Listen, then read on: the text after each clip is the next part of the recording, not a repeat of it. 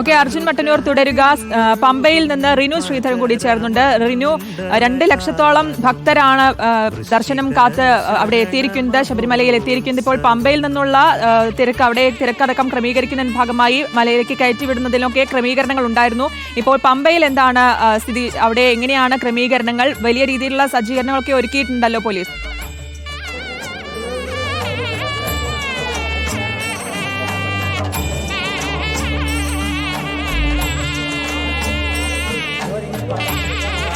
തീർച്ചയായും തിരുവാഭരണ വിഭൂഷിതനായിട്ടുള്ള അയ്യപ്പനെ കാണുവാൻ വേണ്ടി 2 ദിവസം മുമ്പേ ഭക്തജനങ്ങൾ സന്നിധാനത്തും പമ്പയിലുമായി തടിച്ചുകൂടിയിട്ടുണ്ട്.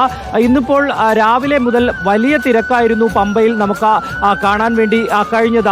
രാവിലെ ഉച്ചയ്ക്ക് 12 മണിയോടുകൂടി ഈ പമ്പയിൽ നിന്ന് സന്നിധാനത്തേക്കുള്ള അയ്യപ്പന്മാരുടെ പ്രവേശനം തടയുന്ന ഒരു സാഹചര്യം, അതിലൊരു നിയന്ത്രണം ഉണ്ടാകുന്ന ഒരു സാഹചര്യം ഉണ്ടായി. ഇത് തിരക്ക് നിയന്ത്രിക്കുന്നതിന്റെ ഭാഗമായി താൽക്കാലിക ഒരു സംവിധാനം മാത്രമാണ്. വൈകുന്നേരം 5 മണിക്ക് ശരംകുത്തിയിലേക്ക് തിരുവാഭരണ ഘോഷയാത്ര എത്തുന്നതോടുകൂടി സന്നിധാനത്തേക്ക് പമ്പയിൽ നിന്ന് വീണ്ടും ഭക്തജനങ്ങളെ കടത്തിവിടും എന്നുള്ളതാണ്. എന്തായാലും എല്ലാ രീതിയിലുള്ള സജ്ജീകരണങ്ങൾ, ഒരുക്കങ്ങൾ എല്ലാം തന്നെ കഴിഞ്ഞു. ഇനി പൊന്നമ്പലമേട്ടിൽ മകരവിളക്ക് തെളിഞ്ഞാൽ മാത്രം, അല്ലെങ്കിൽ തെളിയിച്ചാൽ മാത്രം മതി എന്നുള്ളതാണ്. 6:40 6:45 പൊന്നമ്പലമേട്ടിൽ മകരവിളക്ക് തെളിയിക്കും എന്നുള്ളതാണ് നമുക്ക് ലഭിക്കുന്ന വിവരം. KSRTC അടക്കം എല്ലാ രീതിയിലുള്ള സജ്ജീകരണങ്ങളും ഒരുക്കി കഴിഞ്ഞു.